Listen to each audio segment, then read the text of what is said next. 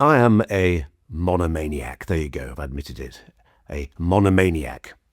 In psychology speak, that means someone fixated on one idea and who ascribes the woes of the world, or at least a great many of them, to a single cause. The cause, my monomania, is demography. It's the demography, stupid. I've spent years, literally years, trying to get people to share my obsession. I've written articles galore, a book which didn't sell very well, and even agreed to do a programme for the hated BBC. At one point, although I didn't go through with it, I did persuade some wealthy individuals to fund a think tank that would help propagate my worldview. The difficulty I've found, as have others like me, is that for all that I truly believe that I'm right, for all that I'm convinced that my monomania is the key to understanding where we're wrong, where we're going wrong, people just don't give a shit. The problem, you see, is that this problem is the ultimate long-term problem. Fixing it, even if it's fixable at all, even if you can persuade enough people to actually believe that it is a problem, is that potential solutions are the work of decades. Any politician who succeeds in really increasing the birth rate will have left office, maybe even have died, long before their policies bear fruit. Doesn't mean we shouldn't care.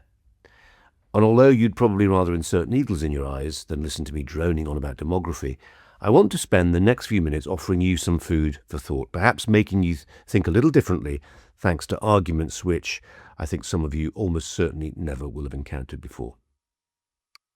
The first thing to say is that we are now beginning to see, at a grassroots level, what all those empty cradles, this birth dearth, this baby bust, actually might mean in practice. Up and down the country, away from cities with high levels of immigration, schools, maternity units and child-related businesses are beginning to close for want of new users, for the want of children. People at ground level, I think, are now really beginning to notice, to intuit, that profound change is upon them. It's not abstract anymore.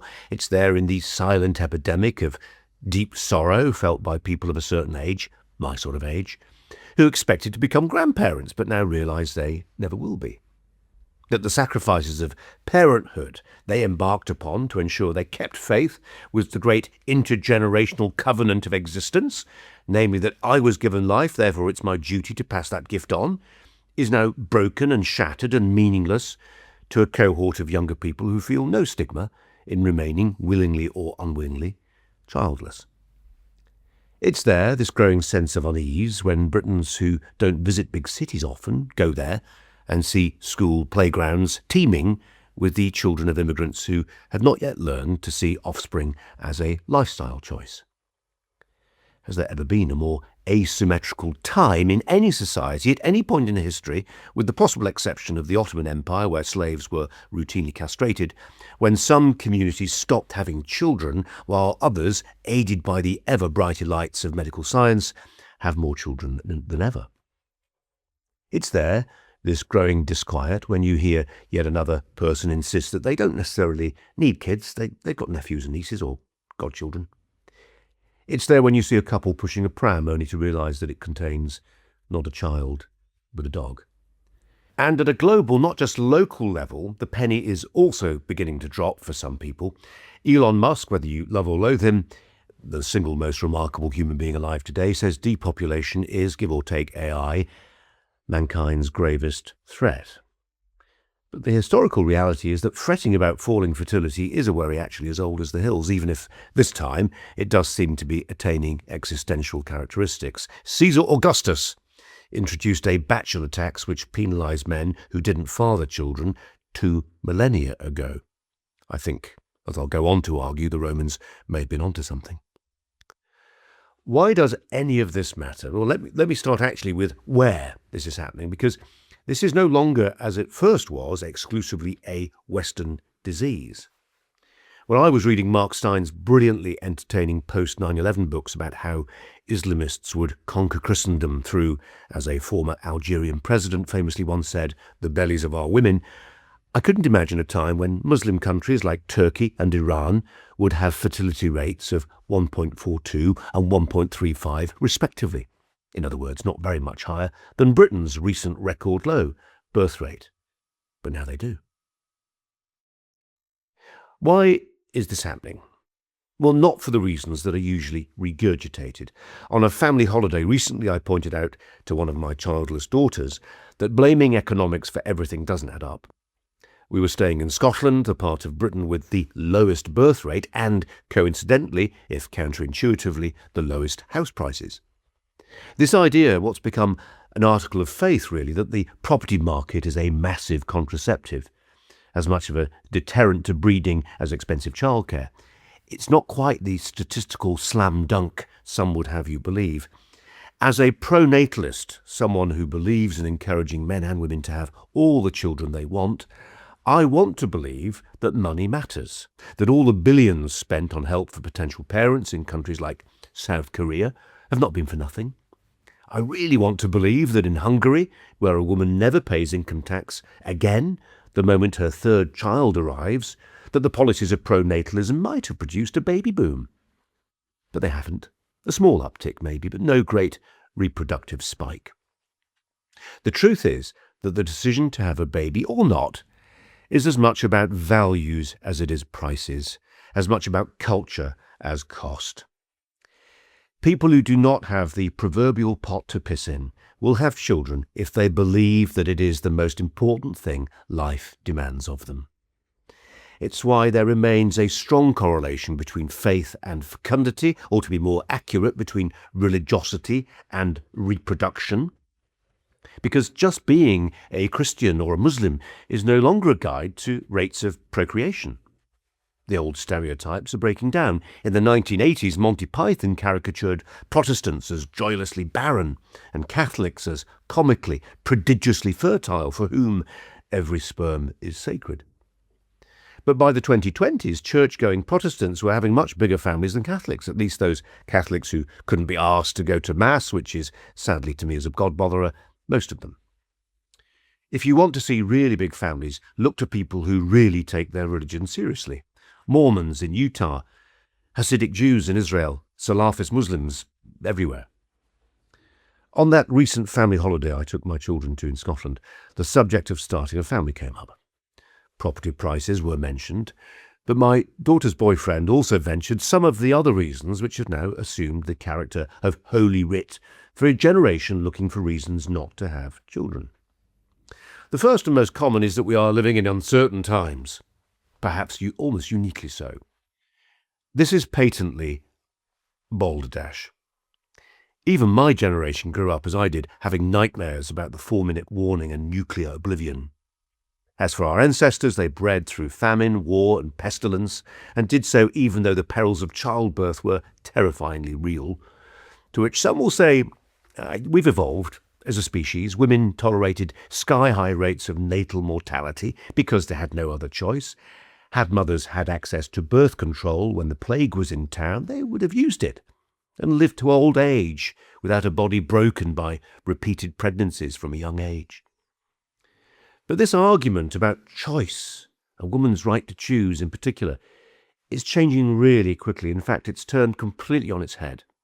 Women now fail to have anything like the number of children they say they want to have. No matter how many times The Handmaid's Tale is turned into a lecture against the patriarchy and the evils of men who force women into becoming broodmares, in the vast majority of developed nations, the choice to have children is one that is now routinely stymied and left unfulfilled. Not least because of feckless men, sure, who can't commit, preferring instead the uncomplicated pleasures of online porn more than the messy reality of relationship management. But also because far too many men and women now say they can't face the responsibility of children. Sometimes this, I'm afraid, comes off as a cop-out for people who prefer not to admit that dodging parenthood is really about keeping those nice cream carpets clean and still being able to take a skiing holiday every year. But sometimes I think it's genuine, this fear of a future with children, this lack of trust in the instinct to raise them, to be an authority figure in an era where the exercise of authority is anathematized. Having children requires that we grow up and lay down the law. It also demands a degree of humility, which is not apt for a society preoccupied with presentation and the false confidence of Instagram. It's hard to be cool, to feel like you're in control of your life when your toddler is throwing a tantrum on a plane or at a supermarket checkout, and there is nothing you can do about it other than try and take the glares and the stares with good grace. Where did it come from, this lack of confidence, this refusal to acknowledge the possibility that we can be changed irrevocably by the act of having a child, that we can become fathers and mothers in spite of our fears? Was it lockdown? Was it the iPhone? In Britain, was it Tony Blair, who, by insisting that half of young people went to university, infantilized a generation, saddling them with student debt such that the milestones of home ownership and family formation that my generation took for granted never happened, forcing younger people to live at home with their parents at an age where their parents were having kids? Another excuse for not having children is that they are bad for the environment. You can sometimes judge the weakness of an argument by who's making it, and surely there can be no stronger clue that climate catastrophizing is a bogus contraceptive when you consider that Prince Harry believes that limiting family size is good for the planet. Many environmentalists are stuck in a rut. They have their beliefs, their shibboleths really, and they will not, under any circumstances, reconsider them. They say the world's population is out of control, zooming towards 12 billion, maybe more. How will the planet cope with all those extra mouths to feed, all that carbon to offset? This is the same argument made by Paul Ehrlich in a book published in the year of my birth, 1968, which warned that overpopulation was a cancer. Too many babies, he said, meant we were all going to starve. The Population Bomb. It was a hugely influential book. It fed into real-world policies like China's wicked one-child rule, which meant women who wanted a second were sometimes forced to have abortions. But the predictions of Ehrlich, who died early this year, were wrong. They were wildly wrong. There were no mass famines in Europe or North America. We learned to produce more food.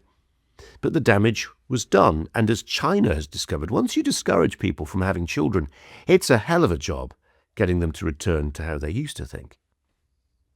In reality, global population growth is no longer a problem.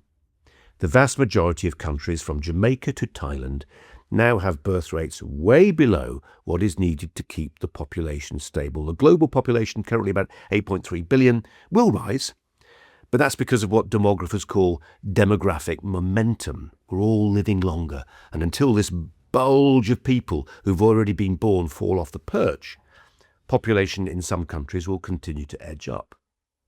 But Harry and Meghan may inadvertently be onto something. From their home in California with its 16 bathrooms, they remind us that the way we live may be more important than how many of us are alive. How many people, for instance, do you know who are living alone? That might be because, like me, they've been widowed. But it may be because of the fashion for solitary living. Many people now aspire to a place of my own, or indeed a second home, with all the pressure that puts on resources. Lots of people, increasing numbers, either don't stay married or never live with someone in the first place. But for the Greens, it's much easier beating up on people for having kids than it is for having a divorce or living alone, maybe with a cat. I hesitate to be snarky about men and women who seem to prefer living with a pet than a person, but I do it to make a point rather than being gratuitously offensive. In 2024, when the US Vice President, J.D. Vance, who's just become a father for the fourth time, observed in an interview that many Democratic leaders were childless and therefore lacked a stake in the future, that they were childless cat ladies, he faced a welter of criticism, just as Andrea Leadsom, if you remember her, had to drop out of the race to become Prime Minister 10 years ago after suggesting that as a mother of three, she had a greater insight into the pressures faced by families than the childless Theresa May. We persist in thinking that how many children someone has, or if someone even has them, is an entirely private matter, and of course on one level it is. But the state can no longer be neutral about demography, about whether having children is good for the country or sort of irrelevant. Why do I say this? Because our society will fail without new people. whether would-be parents are being scared off parenting by climate catastrophism, or a fear of the unknown, or a simple selfish belief that other people can do the heavy lifting needed to provide a country with future workers, shoppers, taxpayers or soldiers, the effect is that we are not having anywhere near the number of kids we need.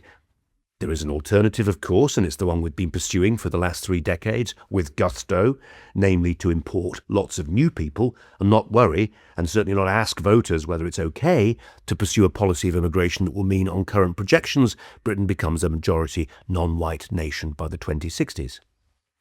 I don't think immigration is the answer to the questions posed by our woeful demographics, not least because many of the countries that migrants come from face their own fertility crises.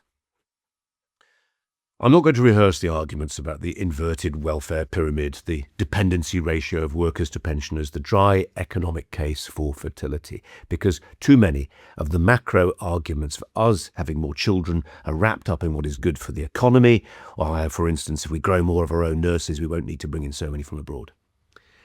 This always ignores 2 groups. First, the impact of having children on couples. I happen to think that the act of having children does make, generally speaking, for better citizens. It gives them a stake in the future. It teaches them, often painfully, how to make compromises, how to swap a type of selfishness and self-realization for a kind of selflessness. Not always, but more often than not. Second, the arguments about demography, when they get bogged down in talk of gross domestic product or total fertility rates, ignore the people you would think ought to spring to mind, namely children themselves. When my late wife was on her deathbed, we knew she wanted all 6 of our children, to be there. She always said that if anything happened to me or her, our kids would be there for one another. And having watched my children grieve for their late mother, but also support each other in so many different ways, I've often been left wondering how a child without brothers or sisters can endure loss. Not necessarily from something as dramatic as breast cancer, but more prosaically and more commonly, the breakup of a marriage, say.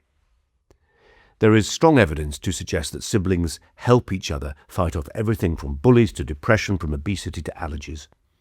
And yet the one-child family is the second growing fastest family unit in Britain. Only the no-child family is growing more rapidly. Even if you don't have children, you will, I would argue, see the effect of this. A country with fewer dense family networks of cousins and uncles and aunties, a country with less of the diversity which birth order brings. What do I mean by that? I mean that in a larger family, children differentiate themselves. I see it with my own children. An eldest child tends not to be so much of a conciliator, but a middle child is, more creative often too.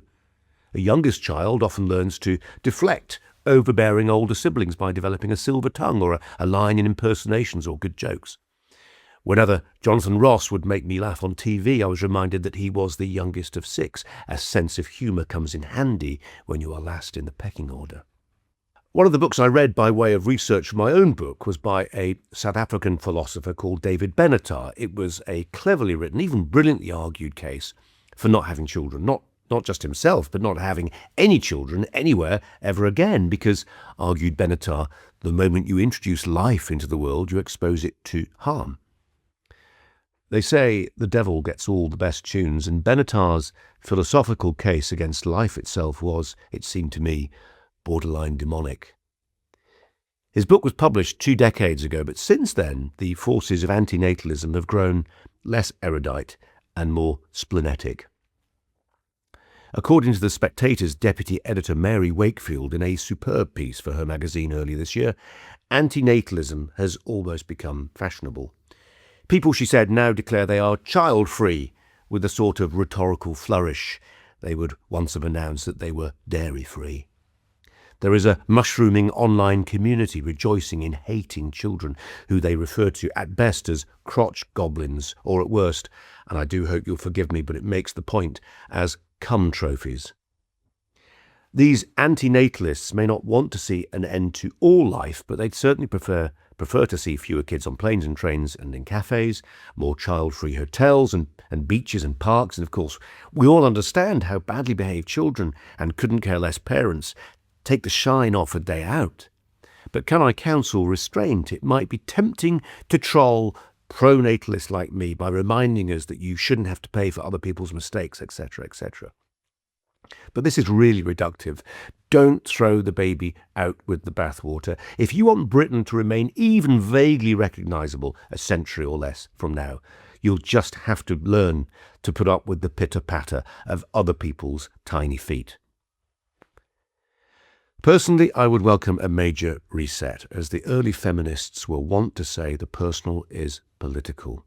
We can no longer argue that the decision to have or not to have children is of no relevance to the state. It is. So what can the state do? I'd prefer it didn't have to. I'd much prefer people could come to the recognition that a country without children is a country without a future. I'd love to see more of my countrymen and women finding a Christian faith to help them cope with the dark days that parenting invariably brings, and occasionally, as a demographer friend of mine says half seriously, accept that sometimes it's necessary to accept that getting drunk and making bad decisions might be divinely sanctioned. Less spiritually, I'd like to see the state signal that it believes having children is in the state's best interests, not just helping kids who are already here, but actively encouraging more to be born. How might the state offer such a signal? My proposal: cancel student debt of anyone who gets married and has their first child. The demographer Paul Morland, a friend and more than anyone, a prophet in the wilderness who has published brilliant book after brilliant book about this stuff, says we should think, as Caesar Augustus did, about a tax to be paid by those who choose not to have children, but who still enjoy the benefits of a society in which others have taken the trouble to have offspring. A good many people find that idea deplorable, and indeed when Paul first mentioned it in a piece for the Sunday Times, he got well and truly monstered. For having the effrontery to make such a fiscal suggestion online, Paul, who's Jewish, was repeatedly branded a Nazi. Paul Morland has also repeatedly made the point that the only developed nation on earth with healthy demographics is Israel. If you turn up at the beach or at a dinner party or at the school gates, even in liberal, freewheeling Tel Aviv, there is, he says, an expectation that you will have at least 3 children. Those who do not are seen as not quite pulling their weight. I'm not talking here about Orthodox Jews, we're talking about ordinary Israelis. Israelis, says Paul, have not lost the tragic sense of life. Adversity is all around them. Whether it was the Holocaust or the Hamas slaughter of October the 7th, they know there is no breaking the link between empty cradles and the survival of a people. There is no holiday you can take from history. We would do well to heed their example. Bye for now. At Outpost, we are committed to free speech and shining a light on untold stories that matter. To support our documentaries, reports and podcasts, please like, share and subscribe to our work on Substack, YouTube, Facebook and Twitter. Thank you.